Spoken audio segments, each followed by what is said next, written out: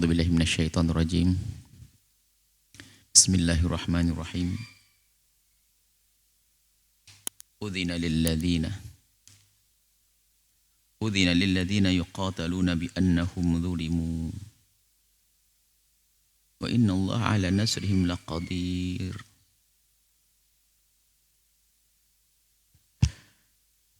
Telah diizinkan mereka orang-orang yang yuqataluna diperangi, dimusuhi, dizalimi, disiksa. Bi annahum zulimu karena mereka telah dizalimi. Baginda Nabi SAW dengan umatnya waktu itu di saat berada di kota Makkah mendapatkan perlakuan yang tidak baik, dizalimi, khususnya yang berangkat dari orang-orang lemah seperti kisah Bilal dan sebagainya, mendapatkan perlakuan yang menyakitkan. Hingga sampai baginda Nabi pergi hijrah ke Madinah. Kaum muslimin waktu itu betul-betul terzalimi dan mereka suatu ketika menghadap kepada baginda Nabi, ada di antara mereka yang pelipisnya retak, gerahangnya jatuh, kemudian penuh dengan luka-luka karena disiksa oleh orang-orang kafir. Baginda Nabi tidak mengizinkan untuk berbuat apapun. Karena apa? Belum ada perintah, belum ada izin dari Allah untuk membuat satu tindakan. Hingga pada suatu ketika ini ada firman Allah ini turun, Udzina lilladzina yuqataluna bi annahum zulimu. Mereka yang telah terzalimi ini diizinkan untuk membalas. Disitulah maka dimulailah adanya perlawanan, peperangan. Jadi kalau kita rinci atau kita teliti kembali bahwa peperangan yang ada di dalam Islam itu tidak ada yang serta-merta atau dimulai daripada kaum muslimin. Pada dasarnya semacam itu. Artinya adanya peperangan di dalam Islam itu untuk menjaga diri, mempertahankan. Tidak ada ekspansi, tidak ada penjajahan, tidak ada perebutan wilayah. Yang ada di dalam Islam itu peperangan itu untuk menjaga dan membela di saat terzalimi. Dan kalau kita lihat bahwa waktu baginda Nabi berada di kota Mekah, di samping belum dapat izin, akan tapi kalau dicermati ada hikmah di balik belum diizinkannya baginda Nabi untuk melawan. Setelah berada di kota Madinah, baru baginda diizinkan untuk berperang. Sekaligus izin perang yang ada pada saat itu menjadi satu rambu-rambu bagi siapapun dari kaum muslimin yang ingin berperang. Jadi perang itu tentunya ada beberapa hal yang harus difahami, bukan asal perang dan perang. Tentunya berhitung, jangan sampai kita perang malah bunuh diri. Baginda Nabi waktu berada di kota Mekah belum diwajibkan untuk berperang. Akan tapi di saat berada di kota Madinah, di saat itulah baru ada perintah untuk perang. Dan cara perangnya pun adalah cantik, indah. Nanti ayat selanjutnya akan kita baca. Maka yang terjadi di dalam Islam itu peperangan seharusnya, biarpun nanti ada raja-raja atas nama Islam berbuat salah, melakukan penjajahan dan sebagainya, tapi Islam tidak mengajarkan semacam itu. Apalagi fitnah yang dihembuskan atas nama Islam, Islam tersebar karena pedang. Oh bukan. Islam tidak tersebar dengan pedang, tidak. Akan tapi pedang untuk menjaga. Dan itu diperintahkan. Waktu berada, maka disyariatkan berperang itu adalah di saat terjadi kejahatan di salah satu dari 3 unsur sebuah tatanan dalam kehidupan bernegara. Yaitu setiap ada kezaliman kepada bumi, pertiwi, atau tempat tinggal, tanah, kemudian kepada rakyat, kemudian kepada aturan dan undang-undang yang sudah ditetapkan, maka di saat ada penodaan kepada salah satu dari tiga ini, maka diizinkan untuk perang. Karena apa? Mereka telah membuat satu kerusakan. Merusak kemanusiaan, merusak rambu-rambu untuk menegakkan kemanusiaan, dan merusak tempat tinggal untuk tinggalnya manusia. Waktu baginda Nabi berada di kota Madinah, sudah terdapat tiga unsur tersebut. Terbangun satu komunitas masyarakat kaum muslimin, muhajirin dan ansor. Termasuk di dalamnya adalah orang-orang kafir yang masuk di dalam kehidupan kaum muslimin, kafir dhimmi, ahli dhimmah. Ini adalah masyarakat atau rakyat yang harus dilindungi. Kemudian sudah ada aturan agama ya yang dibawa oleh baginda Nabi SAW. Kemudian ada wilayah, yang ini adalah wilayah kaum muslimin. Maka terjadinya peperangan karena ada penodaan terhadap salah satu dari tiga ini. Mengganggu kemanusiaan, mengganggu undang-undang, atau menjarah kepada bumi pertiwi. Itu yang ada di dalam Islam. Bukan Islam itu perang, itu mengajak perang. Nabi kalau menyuruh Islam kepada rakyat di satu negeri, pakai kalimat aslim taslam, aslim taslam, aslim taslam. Masuklah Islam dengan mengirim surat terlebih dahulu. Dan mereka tidak dipaksa untuk masuk Islam. Hanya ada perjanjian. Kalau masuk Islam sudah. Nggak ada masalah. Kalau tidak masuk Islam, ada perjanjian soalnya. Yuk kita hidup bareng. Supaya ada kejelasan bahwasanya berbeda tapi harus ada etikat baik untuk hidup bersama. Maka di saat terjadi pengkhianatan, kezaliman, maka saat itulah diizinkan untuk perang. Ini baginda Nabi diizinkan oleh Allah untuk menyampaikan kepada kaumnya, udina, setelah diizinkan untuk berperang. Maka saat itulah mulai peperangan. Wa inna Allah ala nasrihim laqadir. Biarpun sesungguhnya Allah itu maha kuasa loh ya untuk menolong siapapun dari hambanya. Akan tapi sunnatullah berlakukan agar kita mempersiapkan diri untuk berperang, membuat strategi. Wa inna Allah ala nasrihim laqadir. Sungguh Allah maha kuasa untuk menolong mereka. Tanpa peperangan pun bisa Allah memberikan kemenangan. Akan tapi sunnatullah berlakukan bahwasanya biarpun Nabi Muhammad seorang nabi, kekasih Allah yang sangat dicintai, turun di medan laga, juga terluka, terjatuh, kena pukul, geraham jatuh, pelipis retak. Itu dialami oleh baginda Nabi SAW. Dan itu sunnatullah yang berlakukan kepada kekasihnya. Nabi Muhammad SAW kepada semua manusia. Kita yakin Allah Maha Kuasa untuk itu semuanya. Tapi itu mendapatkan kemenangan tentu kita sendiri yang berusaha atau dengan dasar keimanan, maka nanti Allah akan beri pertolongan. Jadi sunnatullah akan berlakukan. Kalau kita perluas pun dalam segala kehidupan, kalau Allah mampu kok mengenyangkan kita tanpa apapun. Tapi sunnatullah Allah berlakukan, kita cari makan, kemudian kita menanak nasi, bikin lauk yang enak agar kita bisa melahapnya dengan baik. Itu adalah sunnatullah berlakukan. Allah bisa saja menjadikan seorang perempuan tiba-tiba hamil tanpa seorang laki-laki seperti terjadi pada Siti Maryam. Tapi sunnatullah berlakukan pada semuanya adalah mereka harus menikah. Terjadi hubungan suami istri dan seterusnya. Termasuk peperangan. Lanjutan ayatnya, alladzina ukhriju min diyarihim bighairi haqqin. Yang dikeluarkan dari kampungnya sendiri. Jadi mereka orang-orang kafir mengusir. Jadi keluarga sahabat Nabi Muhammad di Mekah itu dibikin tidak nyaman. Diboikot, tidak boleh berinteraksi. Sampai mereka makan kulit-kulit kering, makan dahan-dahan pohon dan seterusnya. Betul-betul dalam siksa yang panjang. Alladzina ukhriju min diyarihim, bahkan dikeluarkan, diusir. Bi ghairi haqqin. Dikeluarkan bukan karena alasan kebenaran. Alasannya adalah illa ayyakulu rabbuna Allah, hanya karena mereka mengatakan Tuhanku adalah Allah, diusir. Ini kalimat dalam bahasa Arab itu seperti ta'kidul madah bima yusbihul dzam atau ta'kidul dzam. Ada istilah dalam ilmu bahasa. Jadi kadang ingin nyanjung orang itu ada dengan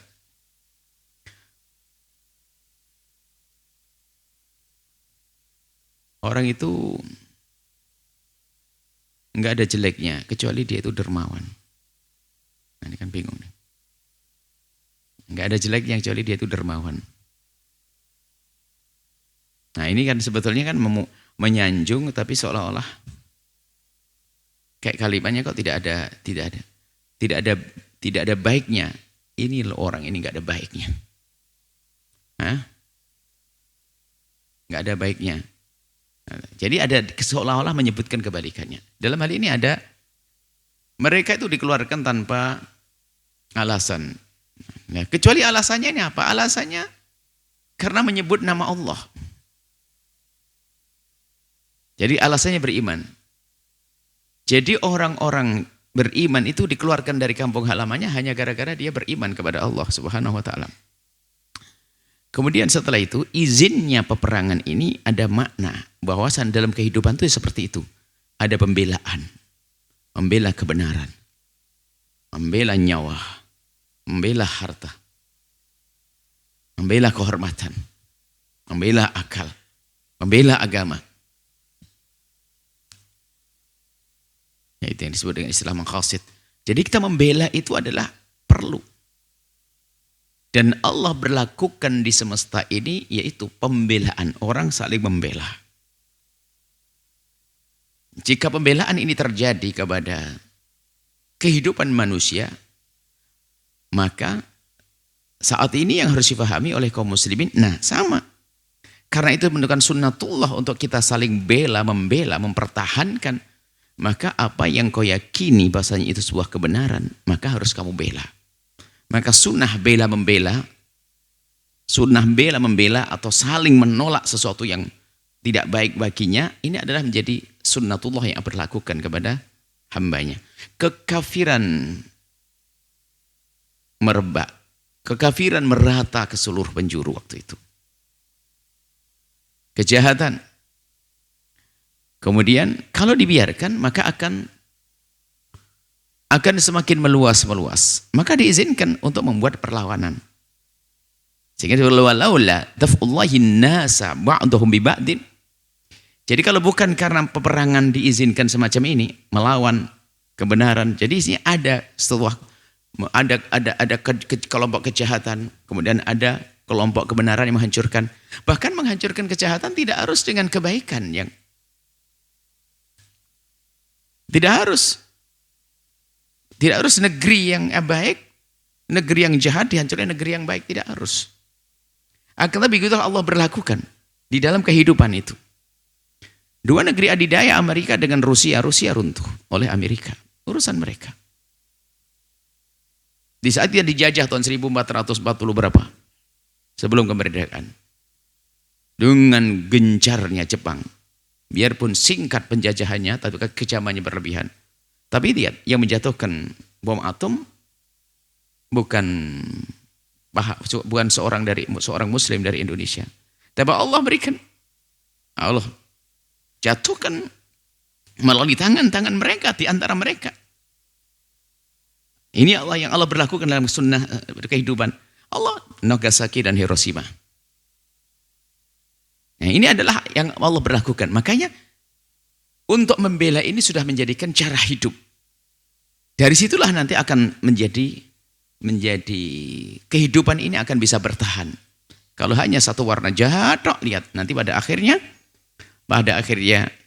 disebutkan laula daf'ullahi nasa ba'dhum bi ba'din lahuddimat sawami'u wa bi'un wa salawatun wa masajidu. Jadi kalau sudah tidak ada perlawanan semacam itu, ini akan bahaya. Ini berlaku pada zaman nabi-nabi sebelumnya. Ada Firaun dengan kekuasaannya. Firaun dengan kebesarannya dilawan oleh Nabi Musa. Sehingga dengan itulah akan bertahan agama. Kalau tidak, maka akan hancur. Ini gambaran huddimat ini akan hancur sawami. Tidak bicara tentang kemanusiaan, sawami. Jadi kalau di ayat lain kalau tidak salah di laula daf'ullahi nasa ba'dahum bi ba'din la fasadatil ardu. Ayat lain bunyinya adalah bumi akan rusak. Jadi urusan kemanusiaan rusak. Di sini adalah tempat ibadah. Jadi gini. Jika rusaknya manusia ini terbatas kepada manusia saat itu saja. Tapi kalau rusaknya sarana sambung kepada Allah, agama di sini gambarannya ada masjid, ada tempat-tempat ibadah, gereja zaman dulu tentunya, ini bukan, kita tidak membahas tentang hari ini. Jika sesuatu yang menyambungkan antara makhluk dengan Allah ini sudah tidak ada sarana ini, kehancurannya kehancuran yang tidak bisa ditolong lagi. Kalau hanya rusaknya manusia, selagi masih ada rambu-rambu, ada penyambung antara manusia dengan Allah, maka ya generasi itu saja rusak. Setelah itu akan berubah karena masih ada peraturan, ada rambu-rambu, ada patokan, yaitu agama itu. Tapi kalau yang sudah dihancurkan adalah nih, hudimat sawami biya. Sawami ini adalah tempat ibadah khusus daripada tokoh-tokoh agama dari Nasrani, tapi sifatnya sembunyi. Soma atau suami itu sembunyi, jadi untuk khalwahnya mereka. Rohbannya ini, jadi hidupnya hidup menyendiri, jauh dari hiruk pikuk manusia, membuat suatu tempat ibadah. Kemudian kalau sudah biya, itu adalah tempat ibadah yang sifatnya ramai seperti gereja-gereja yang didatangi. Salawat ini, salawatun ini, salawat ini tempat ibadahnya orang Yahudi. Ini gambarnya tentunya adalah agama Nasrani yang benar dengan tempat ibadahnya, agama Yahudi yang benar dengan tempat ibadahnya, dan kaum muslimin. Sampai terakhir kaum muslimin. Nah, jika ada kejahatan-kejahatan, kemudian tidak ada perlawanan dari yang lainnya untuk menghentikan kejahatan itu, lihat, ayat lain menyebutkan berantakan, hancur dunia ini. Kehidupan menjadi tidak karu-karuan. Kezaliman terus. Tapi harusnya perlawanan, maka diizinkan untuk berperang. Nah, sampai nanti kalau dibiarkan, yang dihancurkan adalah sarana penyambung antara seorang hamba dengan Allah. Kalau sudah sarana penyambung antara hamba dengan Allah, gambarannya adalah masjid, maka ketahuilah kehancuran akan betul-betul hancur yang tidak bisa ditolong lagi. Kenapa? Luasnya kerusakan. Sehingga kalau kita kembalikan untuk menjaga kemanusiaan ini, maka hendaknya kita perhatikan tempat-tempat penyambung antara Allah dengan makhluk. Segala sesuatu yang menyambungkan antara Allah dengan makhluk, gambarannya kan masjid di dalam kaum muslimin. Yang masjid itu punya fungsi ibadah, urusan dengan Allah. Masjid punya fungsi menyampaikan ilmu kepada manusia. Masjid punya fungsi bertemu di antara manusia dengan baik. Jadi dulu tuh kalau zaman baginda itu adalah sampai sahabat, sampai tabiin itu belum ada istilahnya pondok pesantren, kampus belum ada. Yang namanya masjid punya fungsi untuk menyambung hubungan dengan Allah secara khusus dan sekaligus hubungan dengan sesama manusia. Karena belajar ada di situ. Nah ini, maka kalau ingin menjaga kelestarian, ada keseimbangan hidup ini, kita perhatikan sesuatu yang menyambungkan hamba atau sarana penyambung seorang hamba kepada Allah dan seorang hamba kepada manusia sendiri. Nah, ada hubungan baik dengan sama manusia, tidak ada hubungan dengan Allah. Itu nanti akan menjadi basa-basi sosial. Aku berbuat baik kepadamu karena aku ingin kau perlakukan baik. Bukan karena Allah. Tapi ini akan hubungan dengan Allah. Sehingga kebaikan dilakukan seorang hamba itu akan lama kisahnya. Tulus karena Allah, namanya ikhlas. Berbuat baik kepada manusia. Suami, istri. Bapak, anak bapak, tetangga, sahabat dan seterusnya. Dia punya keyakinan bahasanya apa yang dilakukan karena Allah. Maka penghancuran penyambung antara seorang hamba dengan Allah ini adalah penghancuran manusia yang jangkanya panjang dan susah untuk dibenahi setelah itu. Maka ini adalah gambarannya membuat perlawanan untuk membela diri adalah penting sekali. Bahkan diizinkan oleh baginda Nabi SAW. Dan itu yang difahami oleh para ulama, khususnya dari para sahabat Nabi SAW mencermati peperangan baginda Nabi Muhammad SAW itu ada pasti untuk menjaga. Kalau bukan menjaga bangsa, manusia, termasuk di dalamnya orang yang tidak beriman sekalipun. Dari kaum Yahudi dan Nasrani yang di bawah naungannya kaum dhimmi. Ahli dhimmah. Ahli dhimmah dijaga. Bahkan Nabi yang pasang dada, kalau kau ganggu dia, ganggu aku. Nah, indahnya di dalam Islam. Makanya kalau Islam berjaya, di luar Islam gak usah takut, karena dilarang menindas. Kalau ada raja-raja Islam menindas itu bukan karena agamanya. Akan tapi karena apa? Karena dianya, orangnya yang punya kejahatan. Baik, kita lanjutkan. Yudkaru fi hasmullahi katsira. Jadi masjid-masjid dan tempat-tempat ibadah tadi digunakan untuk menyebut nama Allah. Tentunya dengan catatan ini adalah tempat beribadahnya kaum Nasrani dengan agama Nasrani yang masih benar. Orang Yahudi, tempat ibadah orang Yahudi dengan agama Yahudi yang masih benar. Disitulah tempat-tempat untuk menyebut nama Allah Subhanahu wa taala. Setelah itu harus yakin bahwasanya selagi engkau berjuang, setelah diizinkan untuk membela agama Allah dan membela manusia dan membela negeri karena Allah, ingat, wala yansurannallahu man yansuruh. Sungguh Allah akan membantu. Jadi syaratnya untuk mendapatkan pertolongan dari Allah, kita memulai dong dengan berjuang. Dan perjuangan kita itu dengan bahasa kasih sayang Allah. Bahasanya apa? Kita nolong Allah. Tentunya ini bukan menolong yang sesungguhnya. Kok Allah ditolong, Allah Maha Kuasa. Makanya suatu ketika ada orang kok berkata, Allah, Anda kok mau nolong Allah? Anda ini apa? Dia tidak ngerti bahasa indah yang dihadirkan oleh Allah. Kok membahas? Kok fahamnya jauh banget? Masa maksudnya kita menolong Allah, kita nolong Allah beneran? Memang Allah butuh apa kepada kita? Memang betul seperti itu. Masa tidak mengerti maksud daripada menolong Allah? Intan surullah, menolong Allah. Maknanya apa? Berjuang di jalan Allah. Tapi ada orang sudah sok banget, ente menolong Allah. Kayak ente lebih hebat dari Allah. Berarti tidak paham bahasa dia. Kasihan banget dia. Kita menolong Allah maknanya adalah Anda berjuang di jalan Allah membela kemanusiaan. Karena Allah menyuruh kita baik-baik dengan manusia. Lalu ada kedzaliman, lalu Anda menolong manusia, yaitu menolong Allah, bahasa Allah. Bahasa meminjamkan kepada Allah, nanti melanjutkan dia. Ada orang ini kan, beberapa waktu yang lalu kan Anda pernah mendengar masalah menolong Allah, menolong Allah. Saya melihat kok banyak orang lucu. Kalau Allah mengatakan barang siapa yang meminjamkan kepada Allah, lalu Anda berkata seperti orang Yahudi, Allah fakir tuh minta dipinjemin. Dah, meminjamkan kepada Allah ini adalah bahasa lembut, bahasa kasih Allah. Jika engkau memberikan sesuatu di jalan Allah, Allah membahasakan. Jika kau pinjamkan kepada Allah, Allah akan kembalikan kepadamu dengan berlipat-lipat.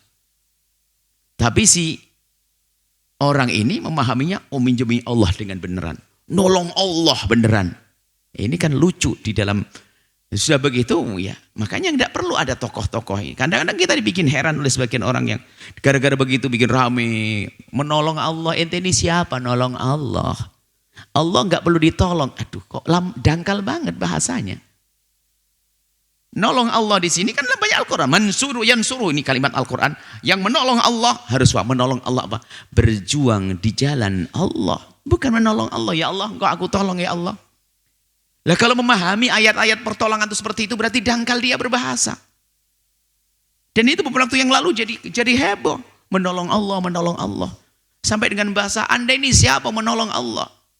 Kalau bahasa kita harus menolong Allah. Maksudnya bukan menolong Allah. Yuk kita, Allah perlu makan, kita kasih makan. Bukan. Tapi Allah sering membahasakan dengan bahasa. Bahasa kasih. Agar manusia itu bisa berkasih sayang. Dalam hadis qudsi, abdi maridtu falam ta'udni. Ya Allah, ya wahai hambaku, aku sakit, kau tidak kunjungi aku. Allah sakit. Seorang hamba berkata, ya Allah bagaimana kau sakit? Bukan kata Rabbul Alamin, kau Tuhan semesta? Nah, Allah menjelaskan, ada hambaku sakit. Kau tidak kunjungi kepadanya. Padahal kalau engkau kunjung kepadanya, engkau akan menemukan aku bersamanya. Maksudnya apa? Dengan bahasa kasih, jika ada orang sakit, Allah dengan orang sakit akan memberikan kasih sayang bagi siapapun yang menolong orang sakit.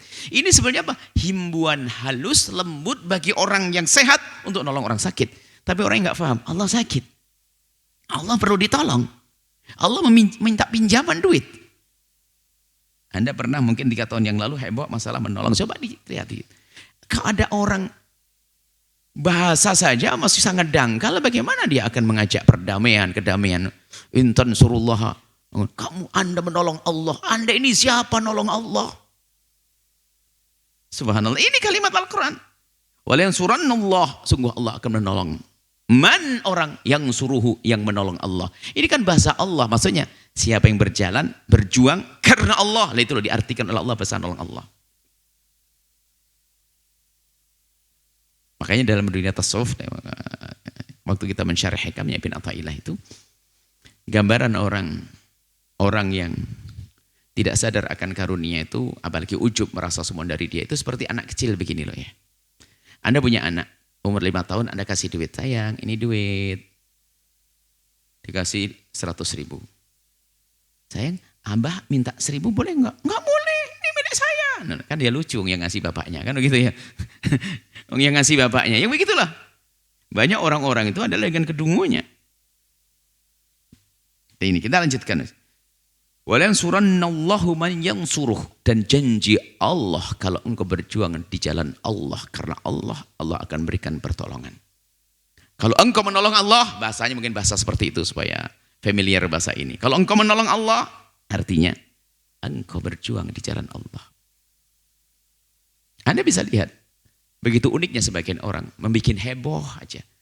Menolong Allah. Siapa kamu kok menolong Allah? Kok kayak hebat banget menolong Allah? Ente lebih kuat dari Allah.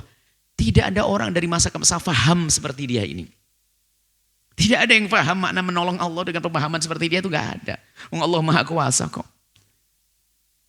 Cuman biasanya langsung orang awam, betul ya.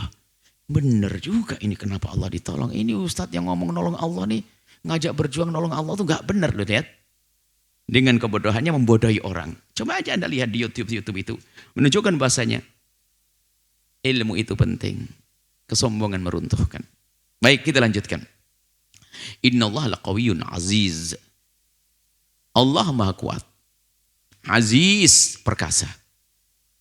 Allah Maha Kuat dan Allah Maha Perkasa. Artinya apa? Tidak bisa terkalahkan Allah. Kalau bicara tentang kuasa Allah kekuasaan yang mutlak, tidak ada batasnya. Akan tapi ketahuilah bahwa untuk mendapatkan kemenangan, kita memulai dulu dengan perjuangan. Kita berusaha, setelah itu Allah beri. Seperti dijanjikan, kalau engkau sudah berusaha karena aku, karena Allah, maka Allah, aku di sini Allah, maka Allah akan berikan pertolongan kepadamu. Lanjutnya adalah, Inna alladzina in makkannahum fil ardi aqamus salata wa atuz zakata wa amaru bil ma'rufi wa nahau 'anil munkari walillahi 'aqibatul umur. Nah, alladzina in makkannahum, di dalam perjuangan tentu ada harapan akan sampai seperti apa sih? Apa yang kita bidik di balik perjuangan? Ingin sukses dong, menang. Lalu membaca kisah Nabi Daud. Kisah Nabi Daud, Nabi Sulaiman, raja-raja yang berjaya, diberi kejayaan oleh Allah. Termasuk kemenangan-kemenangan yang nanti pada akhirnya diberikan Allah kepada baginda Nabi. Jadi in makannahum fil ardi, makanya kalau engkau melihat orang-orang yang telah diberi kekuatan, diberi kekuatan yang sesungguhnya, bukan kekuatan untuk berbuat zalim. Kemenangan di muka bumi ini, maka ada beberapa hal. Syarat-syarat untuk menggapai kemenangan sejati, bukan kemenangan palsu, adalah aqamus sholat. Aqamus sholat, menegakkan sholat. Maka jangan sampai ada di antara kita berjuang, tapi kita tidak dekat kepada Allah dengan sholat kita. Wa atawuz zakata. Wa atawuz zakata. Wa atawuz zakata, memberi sebagian dari rizkinya untuk kaum fakir dan miskin. Memberikan zakatnya. Wa amaru bil ma'rufi, mengajak kepada kebaikan. Wa nahu 'anil munkari, dan menghentikan dari kemungkaran. Ini sebagian disebutkan oleh para ulama awamil atau an-nasr, atau sebab-sebab pertolongan dan kemenangan yang Allah berikan setelah usaha tadi adalah bagaimana seorang itu menegakkan sholat. Sholat itu penting sekali. Sehingga kalau kita rentet terus sholat itu sampai ada sholatul khauf. Nabi mengajarkan sholat di dalam keadaan peperang dengan berjamaah. Maka yuk kita meraih kemenangan, menggapai kemenangan, kejayaan yang dimulai dari kejayaan di keluarga atau di masyarakat negeri kita ini adalah ayo sholat yang benar. Lah sholat ini gambaran urusan pribadi seorang hamba dengan Allah. Sholat yang benar. Beneri sholatmu sampai menegakkan sholat dengan berjamaah, keindahan. Dari situlah ini baru syarat untuk menggapai kemenangan. Lanjutkan setelah sholat apa? Zakat. artinya peduli kepada sesama. Jangan hanya kaya sendiri. Zakat wajib, akan tapi level kita nanti harus tidak hanya sekedar level wajib, akan tapi setelah itu sunnah, berderma. Tapi tentunya yang wajib dulu, karena banyak orang tertipu, senang sedekah, tapi dia tidak bayar zakat. Bohong. Baik, setelah zakat, ayo. Setelah orang bisa membayar zakat, artinya peduli dengan kemanusiaan, urusan perut, maka setelah itu apa? Wa amaru bil ma'rufi, memerintahkan kebaikan, mengajak kepada kebaikan, wa nahu anil munkari,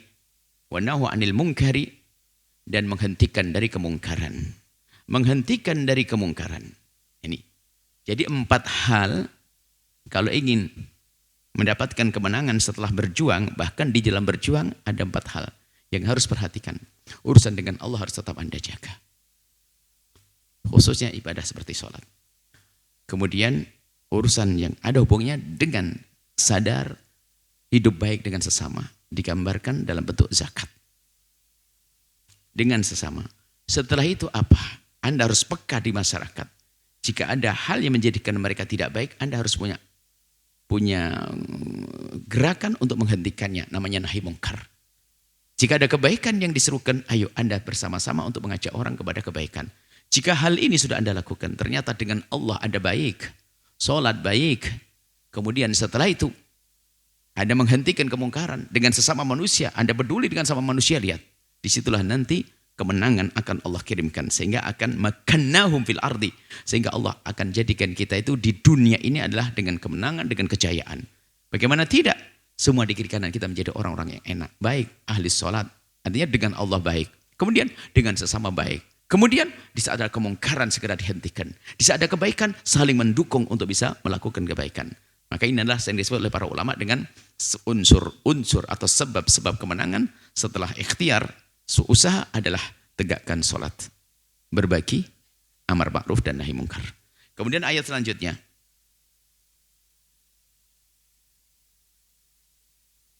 Walillahi akibatul umur. Hanya pada Allah lah akibatul umur itu adalah nanti. Imbalannya, balasannya. Semua adalah dari Allah subhanahu wa ta'ala. Artinya setelah itu kita serahkan kepada Allah. Imbalan yang sesungguhnya. Kemenangan adalah dari Allah yang Allah berikan kepada seorang mukmin. Dan kemenangan yang sesungguhnya adalah nanti di saat kita berada di surga. Masya Allah. Ini saja. Ya. Semoga Allah subhanahu wa ta'ala memilih kita untuk menjadi hamba yang membela kebenaran, pejuang-pejuang kemuliaan dengan keindahan, amar ma'ruf nahi mungkar dengan cara yang lembut ya, senang berbagi dengan Allah pun juga baik, Masya Allah ini. Dan setelah itu kita lanjutkan dengan tanya jawab ayat selanjutnya.